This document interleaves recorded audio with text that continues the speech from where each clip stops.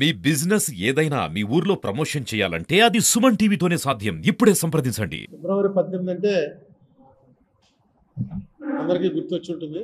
11 ఏళ్ళు అయింది. ఇదే రోజున లోక్సభలో మనందరినీ బయటపెట్టి ఓటింగ్ జరపకుండా బిల్లు పాస్ అయిపోయింది అని ప్రకటించారు. ఏంటంటే స్పీకర్ గారికి ఉన్నటువంటి అధికారాల్లో ఎప్పుడైనా ఉత్తినే అవసరం లేకుండా ఓటింగ్ అడుగుతున్నారు ఫర్ ఫ్రివలస్ రీజన్స్.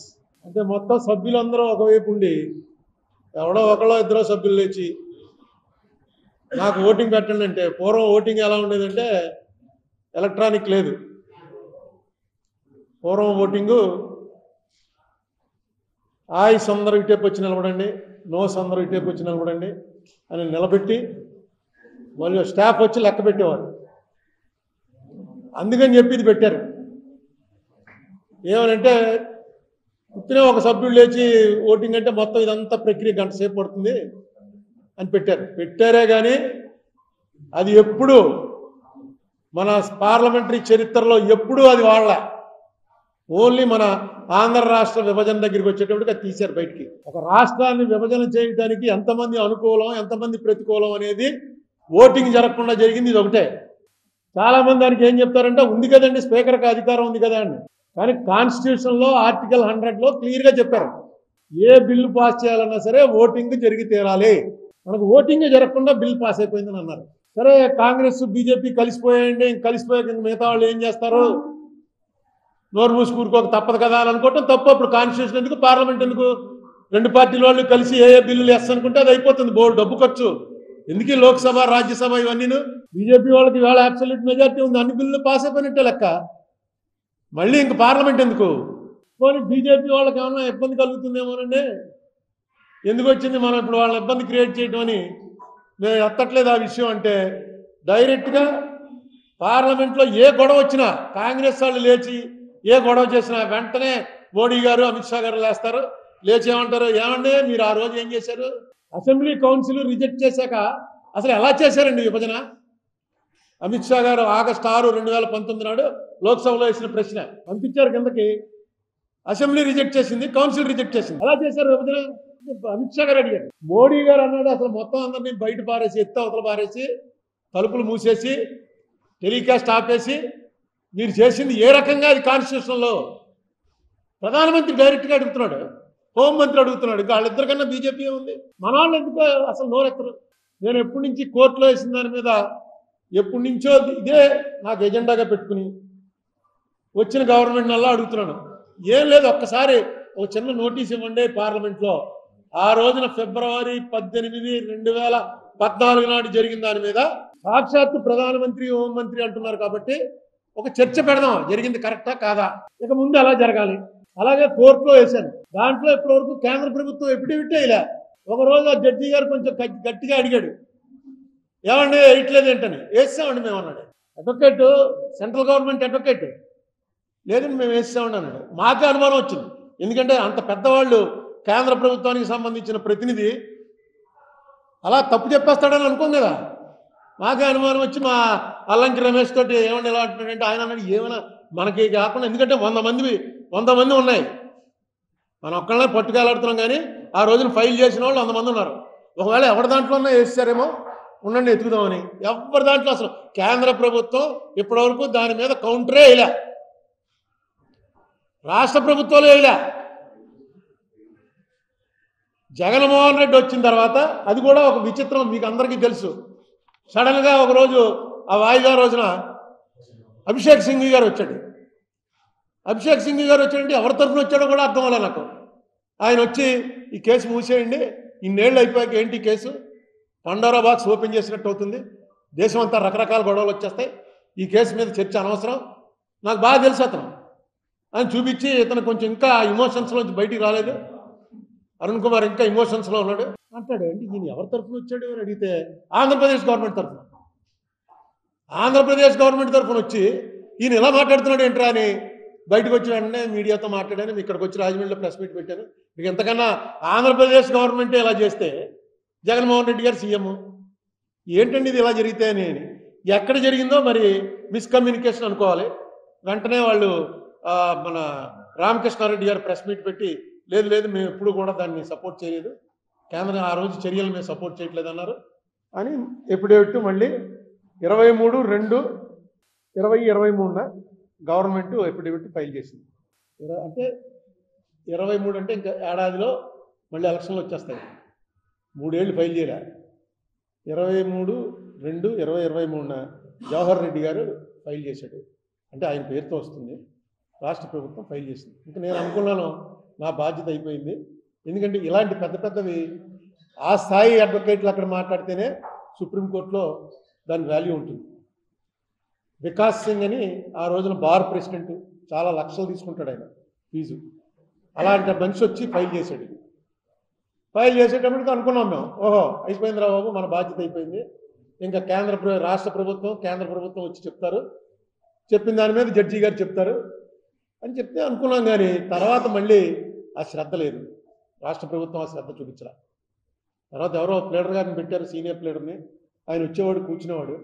కానీ ఏమి దాని మీద పెద్ద చర్చ వాయిదా వేసేస్తారు. మొట్టమొదటి ఏం అడుగుతారు రాగానే, ఫలానా సెక్షన్ నెంబరు ఎస్ అంటేనే కేంద్ర ప్రభుత్వం అఫిడేవిట్ లేదు. ఏమండి union government what are you doing అంటారు. లేదండి అంతకుముందేమో వేసేసామన్నాడుగా. నో నో నో నేను ఒకసారి చెక్ చేసుకొస్తాను, మేము వేసేసామని అనుకున్నాను ఆ రోజు, సారీ మళ్ళీ వేస్తామంటారు. వాయిదా. ఎవరు యువతల అరుణ్ కుమార్. అరుణ్ కుమార్ అంటే ఎవడు? ఇక్కడైతే మన తెలుగు వాళ్ళు ఎవరికైనా నా పేరున్నా తెలుస్తుంది. ఢిల్లీలో సుప్రీంకోర్టులో అరుణ్ కుమార్ అంటే ఎవరికి తెలుస్తుంది? అప్పటికి మా అల్లంకి రమేష్ దాన్ని పట్టుకుని అలాగా బతికించి ఇప్పుడు దాకా బతికించి ఉంచాడు. దాని మీద మనం గట్టిగా వాదన దిగితే ఎటు లేరు. అసలు కేంద్రం లేదు, రాష్ట్రం లేదు, ఎవరు సపోర్ట్ లేదంటే ఏముంటుంది? జగన్మోహన్ రెడ్డి వేశాడు కాబట్టి ఓకే, లాతీ పార్టీ కొట్టేద్రేమో కూడాను. జగన్మోహన్ రెడ్డి ప్రభుత్వం ఆ రోజున వేశారు. కారణాలు ఏమైనప్పటికీ అంతకుముందు అభిషేక్ సింఘ్వి చెప్పిన దానికి విరుద్ధంగా వీళ్ళు కరెక్ట్ స్టాండ్ తీసుకున్నారు. నేను వేసిన దాన్ని సపోర్ట్ చేస్తూ వేశారు. వేస్తూ మొత్తం లెక్కలన్నీ ఇచ్చారు.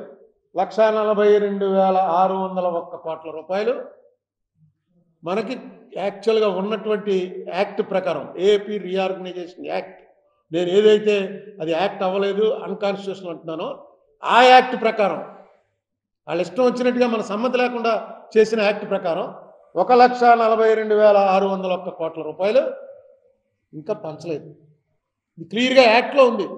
ఈ డబ్బు ఆంధ్రాకి 58%, తెలంగాణకి 42% చెందుతుంది జనాభాను బట్టి. ఇప్పటివరకు అవ్వలేదు. 245 ఇన్స్టిట్యూట్స్ ఉన్నాయి. ఆ ఇన్స్టిట్యూట్స్ డివిజన్ ఇంకా అవ్వలేదు. 11 ఏళ్ళు అయింది. మొట్టమొదటి ఏ వ్యాపారం అవనండి, అన్నదమ్ములు అవనండి, పంచుకునేటప్పుడు ఫస్ట్ ఏవైతే ఆల్రెడీ ఉన్నాయో అవి పంచుకుంటారు. అవి పంచుకోలే మనకి రావాలి. ఎందుకంటే హైదరాబాద్ వెళ్ళిపోయింది వాళ్ళకి. హైదరాబాదే మనకు ఆయుపట్టు, మొత్తం అంత ఇండస్ట్రీ హైదరాబాద్లోనే ఉంది, మొత్తం రెవెన్యూ అంతా హైదరాబాద్లో ఉంది. ఆ హైదరాబాద్ ఇచ్చేశారు. హైదరాబాద్ రెవెన్యూ ఏం చేయాలన్నది కూడా ఎక్కడ పెట్టలే, యాక్ట్లో లేదు అసలు. క్యాపిటల్ ఉన్నది వెళ్ళిపోతుడు, రాష్ట్ర విభజన జరిగింది ఇదే. ఎందుకంటే క్యాపిటల్ ప్రాంతంలో వాళ్ళు ఎప్పుడు మా రాష్ట్రం ఎడదీసేయండి అని చెప్పి అడగరు. ఇది ఒక ప్రత్యేకమైన, ఎప్పటి నుంచో దీనికి చరిత్ర ఉంది. ఈ పోరాటానికి ఏదో చేశారు, డివిజన్ చేశారు. నేను అడుగుతున్నది ఏంటంటే అన్కాన్స్టిట్యూషనల్గా చేసిన దాన్ని కరెక్ట్ చేయడానికి. కాకపోతే ఇక పార్లమెంట్ ఎందుకు? ఇప్పుడు నేనేమి మళ్ళీ రాష్ట్రాలు కలిపేయండి, మీరు చేసిన తప్పు కాబట్టి మళ్ళీ 2-1 చేసేస్తున్నాం. అది కూడా ప్రేయర్ కూడా మార్చేశాను. 4/3/22 మార్చి 4 ప్రేయర్ కూడా మార్చాను. ఏమని? ఫార్ములేట్ గైడ్ లైన్స్, ఇక ముందు ఎలా జరగాలి దాని మీద గైడ్ లైన్స్ ఫామ్ చేయండి. మాకు ఇవ్వాల్సిన డబ్బులు ఇవ్వట్లేదు వాళ్ళు, కేంద్రం ఇవ్వాలి. కేంద్రం ఇవ్వాల్సింది ఇవ్వని, అలాగే తెలంగాణ రాష్ట్రం నుంచి మనకేం రావాలో దాన్ని ఇమీడియట్గా సెటిల్ చేయడానికి సుప్రీంకోర్టు ఏం చేస్తుందో చెప్పండి. ఇది మన ప్రేయర్ మార్చింది. దీని మీద కూడా వాళ్ళేమనుకుంటారో వీళ్ళేమనుకుంటారో అంటే, అప్పుడే అన్ని ప్రభుత్వాలు అయిపోయి తెలుగుదేశం రెండోసారి వచ్చేసింది, జగన్మోహన్ రెడ్డి ప్రభుత్వం అయిపోయింది. ఇప్పుడు ఎందుకు మళ్ళీ నాకు ఆశ ఏంటంటే, పవన్ కళ్యాణ్ అనే మనిషి వచ్చి ప్రభుత్వంలో ఉన్నాడు. ఇప్పుడు ఈ పవన్ కళ్యాణ్ గారు నాకు ఏ రకమైన పరిచయం లేదు. ఒకరోజు సడన్గా ఫోన్ చేశాడు. ఆయన ఫోన్ చేసి మాకు మధ్య పోని ఇరుపక్షాల వాళ్ళకి తెలుసున్న, ఓహో పలానా ఫ్రెండ్ ఉండి ఉంటాడరా, పలానా అల్లుబాబి చెప్పు ఉంటాడు, ఇలా కూడా ఏం లేదు. ఆయన అసలు పరిచయమే లేదు నాకు. చిరంజీవి గారి పరిచయం ఉంది కానీ పవన్ కళ్యాణ్ గారి పరిచయం లేదు. ఆయన ఎప్పుడు నేను చూడలేదు. ఒకరోజు సడన్గా మా ఇంటి దగ్గర మీరు అందరూ వచ్చేసారు. ఏంటంటే ఇప్పుడే పవన్ కళ్యాణ్ చెప్పాడండి టీవీలోను, అరుణ్ కుమార్ని పిలుస్తున్నాను, ఫ్యాక్ట్ ఫైండింగ్ కమిటీ వేస్తున్నానని. అని నాకు అప్పుడు తెలియదు, ఎందుకంటే నేను టీవీ చూడలే. అప్పుడు సరే అని చెప్తే మళ్ళీ సాయంకాలం 7 గంటలకు అసలు పవన్ కళ్యాణ్ నన్ను పిలవనివ్వండి బాబు, అప్పుడు చెప్తాను మీకంటే పవన్ కళ్యాణ్ ఫోన్ చేశాడు. చేసి మిమ్మల్ని కలవడానికి రావాలి నేను అంటే, మీరు ఎందుకంటే రావటం, నేనే వస్తాను, నేను హైదరాబాద్ వస్తూనే ఉంటాను, నేను వచ్చినప్పుడు మీ దగ్గరికి వస్తాను. 7వ తారీఖున ఫోన్ చేశాడు ఆయన. 11వ తారీఖున కలిశానండి, హైదరాబాద్ వెళ్ళాను. 11 ఆయన కలిశాను. 15వ తారీఖున మేమిద్దరమే కూర్చుని 2 గంటలు చర్చించుకున్న తర్వాత 16వ తారీఖున ఫ్యాక్ట్ ఫైండింగ్ అని చెప్పి ఒక కమిటీ వేశాడు ఆయన. దాంట్లో ప్రధాన పాత్ర అంతా ఐఏఎస్ వాళ్ళకి ఇచ్చాడు. పొలిటీషియన్ని నేను ఒక్కనే, అన్ని పార్టీల్ని పిలిచాడు, కానీ రాజకీయం నుంచి నన్ను ఒక్కనే ఆయన కూర్చోబెట్టుకున్నాడు వేదిక మీద. పక్కన ఎవరంటే పద్మనాభయ్య గారు, ఏపీ జయప్రకాష్ నారాయణ గారు, ఐఓఆర్ కృష్ణారావు గారు, చంద్రశేఖర్ గారు, అంతా ఐఏఎస్లు పెట్టుకున్నాడు. పార్టీలు అందరినీ కొనతాల రామకృష్ణ గారు వచ్చాడు, మన సిపిఐ రామకృష్ణ గారు, పార్టీలు వాళ్ళందరూ వచ్చారు, మన ప్రొఫెసర్ నాగేశ్వర్ గారు, వీళ్ళందరూ వచ్చారు కూర్చున్నారు. వేదిక మీద మాత్రం నన్ను కూడా పక్కన కూర్చోబెట్టాడు ఆయన. పెట్టి ఫ్యాక్ట్ ఫైండింగ్ రిపోర్ట్ ఒకటి 16వ తారీఖు సాయంకాలం రిలీజ్ చేశాం. 15, 16 2 రోజులు మీటింగ్ అయింది. 74,542 కోట్ల రూపాయలు. ఇందులో ఎక్కువ పాత్ర ఎవరిదంటే పద్మనాభయ్య గారు. ఆయన సీనియర్ మోస్ట్ ఐఏఎస్ ఆఫీసర్.